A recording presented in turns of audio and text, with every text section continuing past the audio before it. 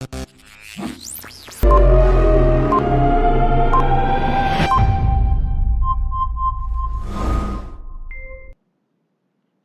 datang di channel YouTube saya, Gimun. Bila konten video saya ini bermanfaat, silahkan tekan tombol berikut agar mendapatkan informasi-informasi berikutnya. Oke? Next. Hari ini kita akan belajar penurunan rumus faktor Van Hoff.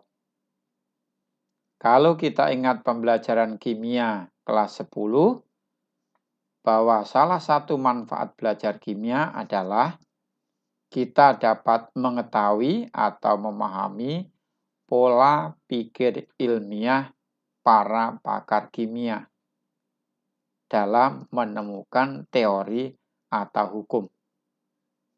Nah, hari ini kita belajar bagaimana Van Hoff menemukan rumusan yang ia namakan sebagai faktor Van Hoff atau dilambangkan I. Nah, faktor Van Hoff itu dapat dihitung dengan membandingkan jumlah partikel zat elektrolit sesudah terionisasi dengan jumlah partikel sebelum terionisasi. Karena itu faktor Van Hoff ini penting untuk sifat koligatif larutan yang elektrolit. Misalkan diberikan persamaan reaksi ionisasi secara umum, ada senyawa AXBY dalam air mengion menjadi ion positif, yakni AY+, ditambah ion negatif BX-. Dalam stoikiometri kimia, reaksi wajib setara, maka kita setarakan koefisien untuk AY+ adalah X dan koefisien untuk BX- adalah Y. Kita buat tabel mula-mula atau disingkat M, kemudian terurai disingkat T, atau reaksi boleh disingkat R, dan akhir reaksi. Jika mol mula-mula dari senyawa AXBY kita beri lambang A, maka mol untuk AY+ dan BX- namanya mula-mula belum mengion, ya belum ada. Sekarang berapa mol yang terurai untuk AXBY? Ini kita cari, berikutnya ini dan ini. Maka kalau ingat pelajaran kelas 11 bahwa yang namanya alfa itu sama dengan mol terurai dibagi mol mula-mula. Mudah-mudahan masih ingat dari pelajaran kimia kesetimbangan dan larutan asam basa. Nah, mol mula-mulanya adalah A, maka alfa sama dengan mol terurai dibagi A. Nah, mol terurainya itu sendiri kalikan silang sama dengan alfa dari dikali A atau A dikali alfa boleh. Maka ini mol terurai sama dengan A dikali alfa. Bawa ke sini. Maka ini A dikali alfa. Nah, bagaimana cara menentukan mol terurai atau terbentuk untuk ion A, Y+ dan BX-? Tentu sesuai dengan perbandingan koefisien 1 berbanding X berbanding Y, maka untuk AY+, mol yang terbentuk adalah X dikali AX. Sedangkan untuk BX- ya sama dengan Y dikali AX. Kita juga sepakat bahwa reaksi berkurang, produk bertambah, maka untuk mol pada akhir reaksi zat AXBY, maka ini A dikurangi A kali alfa. Sedangkan untuk produk bertambah, maka tidak ada bertambah X dikali A kali alfa tetap. Sedangkan untuk B X min sama dengan Y dikali AX. Kemudian jika kita hitung jumlah mol total sesudah terionisasi, maka ini dijumlahkan saja. Berarti A dikurang A kali alfa ditambah X dikali A alfa, kemudian ditambah juga Y dikali A alfa. Persamaan ini bisa disederhanakan, kita keluarkan A dikali alfanya, sehingga menjadi persamaan A ditambah A kali alfa dikali minus 1 ditambah X ditambah Y.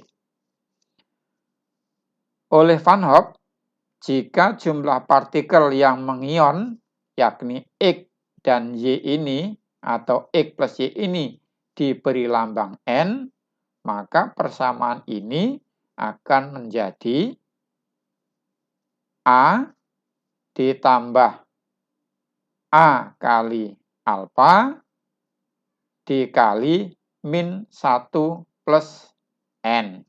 Atau boleh ditulis sama dengan A plus A kali alfa dibalik saja N min 1. Nah, Van Hoff membandingkan antara jumlah partikel elektrolit sesudah terionisasi dengan jumlah partikel sebelum terionisasi. Ini saya kutip dari atas tadi. Maka faktor Van Hoff atau I kita bandingkan saja. Jumlah partikel sesudah terionisasi berbanding jumlah partikel sebelum terionisasi. Jumlah partikel sesudah terionisasi ini, maka I sama dengan A plus A kali alfa dalam kurung N-1. Yang ini diambil dari sini. Kemudian dibagi jumlah partikel sebelum terionisasi, ini adalah A. Ini. Berarti sekarang I sama dengan, secara matematik ini dicoret saja A dengan A dengan A. Jadi A dengan A dibagi A sama dengan 1. Dicoret saja. 1 plus alfa dikali N-1. Jadi inilah rumusan yang ditemukan oleh Van Hoff. Jadi rumusan faktor Van Hoff atau diberi simbol I, kesimpulannya adalah I sama dengan 1 plus alfa dikali N-1.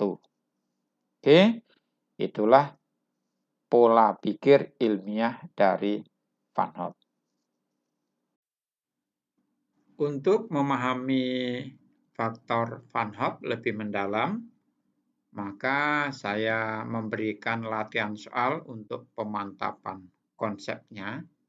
Satu soal saja, tapi optionnya adalah A, B, C. Soalnya demikian. Tentukan harga faktor Van Hoff dari larutan berikut ini.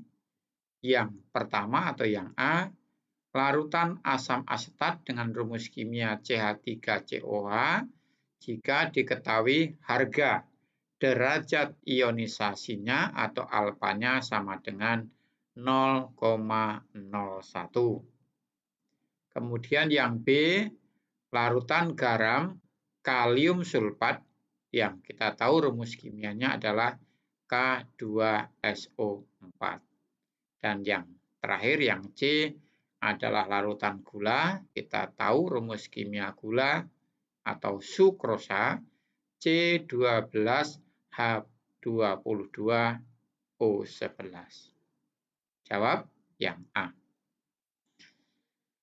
CH3COH merupakan elektrolit lemah. Dari mana kita tahu? Dari alfanya sama dengan 0,01. Kalau kalian ingat pembelajaran kelas 10, larutan elektrolit dan non-elektrolit, larutan non-elektrolit alfanya 0, larutan elektrolit lemah, alfanya antara 0 dan 1, larutan elektrolit kuat, alfanya 1. CH3COH Aq dalam air akan mengion membentuk kesetimbangan CH3COO- Aq ditambah H+. Nah, jumlah ionnya atau jumlah partikel ionnya adalah dari CH3COO- itu 1, koefisiennya 1, kemudian dari H+-nya koefisiennya atau ionnya juga 1. Jadi jumlah total ionnya adalah 1 ditambah 1 sama dengan 2. Jadi faktor Van Hoff-nya atau dilambangkan I bisa dihitung 1 plus alfa dikali N-1, N-nya 2, alfanya 0,01, berarti 2 kurang 1 itu 1, dikali 0,01 sama dengan ya 0,01 ditambah 1. Maka saya tulis demikian, sehingga jawabnya sama dengan 1,01. Itulah faktor Van Hoff untuk CH3COH dengan alfa 0,01. Yang B, K2SO4 dari pelajaran kimia kelas 11, kita tahu bahwa ini merupakan elektrolit kuat. Kalau elektrolit kuat, alfanya sama dengan 1. Nah, reaksi ionisasinya, K2SO4 mengion menjadi K+ ditambah SO4 2-. Reaksi wajib setara, maka koefisien untuk K+ sama dengan 2. Sehingga jumlah ionnya dari kation K+ itu 2, dari anion SO4 2- adalah 1, maka jumlah ionnya 3. Nah, terus bagaimana dengan faktor Van Hoff-nya? Jadi faktor Van Hoff-nya adalah I sama dengan 1 plus alfa dikali N-1, N-nya adalah, mana N-nya adalah 3, 3 min 1, 2, 2 kali 1, ya 2, ditambah 1 sama dengan 3. Oke. Kemudian yang C, larutan gula dengan rumus kimia C12H22O11 merupakan non-elektrolit, maka alfanya sama dengan 0.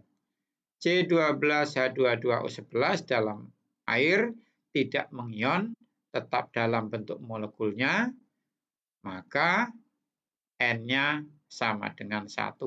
Ya, molekulnya ya dia itulah sendiri. Nah, jadi faktor Van Hoff-nya dapat dihitung I sama dengan 1 plus alfa dikali N-1, N-nya 1, 1 kurang 1. Ya, 0, 0 dikali alfanya 0, 0 kali 0, 0, maka sama dengan 1 plus 0, ya sama dengan 1. Jadi kenapa dalam perhitungan sifat koligatif larutan untuk yang non-elektrolit tidak dituliskan faktor I-nya, karena faktor I-nya ya 1. Semua besaran dikali 1 tidak mengalami perubahan, maka tidak perlu dituliskan faktor I-nya. Demikian penjelasan dari saya. Semoga bermanfaat. Tetap semangat. Terima kasih semuanya. Belajar kimia itu ibarat membuat kue lapis. Kalian tahu kue lapis? Berarti kita harus mampu merakit berbagai kajian ilmu yang telah dipelajari dan menyusunnya menjadi suatu konsep yang tanda kutip enak dan menarik, dan pada waktunya dapat diaplikasikan dalam kehidupan. Oke, setuju?